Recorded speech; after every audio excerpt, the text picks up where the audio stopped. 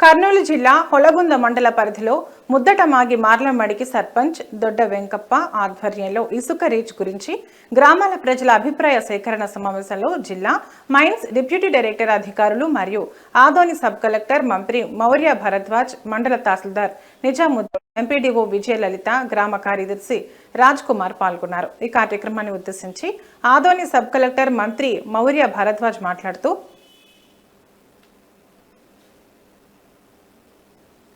పర్యావరణ ముద్రగాటం కొరకు ఎస్ఐ వారికి అప్లై చేయడం జరిగింది. వాళ్ళు 7/4/2025 78,140 క్యూబిక్ మీటర్ విస్తరణకు టీఓఆర్ జారీ చేయడం జరిగింది. As for TOR EA notified 2006 ప్రకారం ఒక సీజన్ లో 3 months base line data collection జరిగింది. ఈ బేస్ లైన్ డేటా కలెక్షన్ వచ్చి జనవరి 2025 నుండి మార్చ్ 2025 వరకు బేస్ లైన్ డేటా కలెక్ట్ చేయడం జరిగింది. ఈ base line data 10 kilometre radius లో ఉన్న చుట్టుపక్కల బీచ్ 10 కిలోమీటర్ రేడియస్ లో కలెక్ట్ చేయడం జరిగింది. యాక్చువల్ గా ఈ మైన్ యొక్క ఉద్దేశం ఏంటంటే ఈ శాండ్ మైన్ మొత్తం ఓపెన్ కాస్ట్ సెమీ మెకానిజం పద్ధతిలో జరుగుతుంది. దీంట్లో భారీ యంత్రాలు ఏవి లేకుండా చిన్న చిన్న యంత్రాలతో తవ్వి టెప్పర్లో రోడ్ చేయడం జరుగుతుంది. యాజ్ పర్ నామ్స్ ప్రకారం 1 మీటర్ డెప్త్ వరకు. సో అందుకోసము ఒక ఇసుక రీచ్ని ఏదైతే ఉందో దాన్ని ప్రారంభించడానికి ఇక్కడ ఒక రీచ్ని స్థాపిస్తున్నారు. ఈ రీచ్లో ఇసుక తవ్వకం అనేది ప్రొక్లైనర్లు, చిన్న చిన్న ఎక్స్కవేటర్లు వీటితో జరుగుతుంది.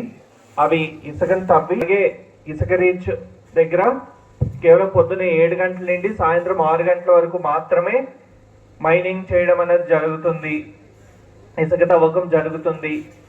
తర్వాత ఇసుక వాహనాలు కూడా ఊర్లోకి రాకుండా బయట వేరే మార్గం ఉంటే ఆ మార్గం ద్వారా పంపించడం అనేది దానికి ఏర్పాట్లు చేస్తున్నారు. దారిలో మొక్కల పెంపకము, చెట్లు మొక్కలు అనేవి పెంచుతారు. దానివల్ల దుమ్ము ధూళి అనేది కొద్దిగా తగ్గుతుంది.